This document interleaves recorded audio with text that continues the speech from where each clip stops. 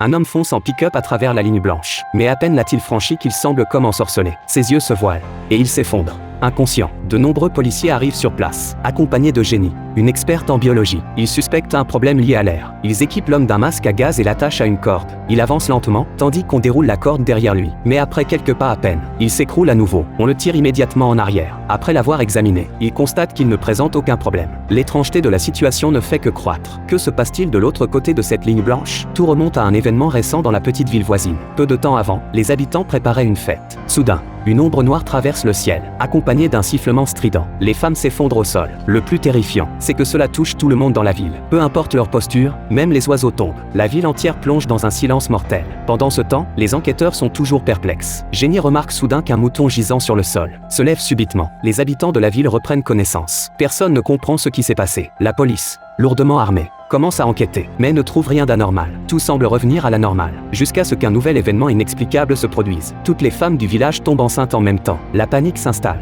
Les habitants se réunissent pour exiger des explications. Jenny propose alors une solution. Si elles mènent leur grossesse à terme, elles recevront une allocation mensuelle de 3 000 €. Elles finissent par accepter. Le jour de l'accouchement arrive. Incroyablement, elles accouchent toutes le même jour. L'hôpital est débordé, mais l'un des bébés ne survit pas à l'accouchement. Quelques mois plus tard, un phénomène terrifiant se produit. Les bébés commencent à épeler leur propre nom. Une fillette, après s'être brûlée avec le repas préparé par sa mère, renverse son assiette de colère. Sa mère la gronde. La seconde suivante, les yeux de la fillette s'illuminent d'une lueur bleue. La main de sa mère, comme contrôlée, se dirige vers l'eau bouillante. Elle est sauvée de justesse par un voisin. Mais après son retour de l'hôpital, elle est à nouveau sous l'emprise de sa fille. Elle marche droit vers une falaise. Les enfants grandissent. Les événements étranges se multiplient dans la ville. Les habitants commencent à les soupçonner. Un examen médical est organisé. Un médecin se trompe de fiole par accident. Une fille crie de douleur. Cela met les autres enfants en colère. Elle pousse la porte d'un coup, ses yeux brillent d'un rouge intense. Le médecin, pris d'une impulsion incontrôlable, verse lui-même le liquide dans ses propres yeux. Les enfants ne se contentent pas de contrôler les autres. Ils peuvent aussi leur faire oublier des souvenirs. Depuis longtemps, les adultes cherchent un moyen de les arrêter, mais sans preuve.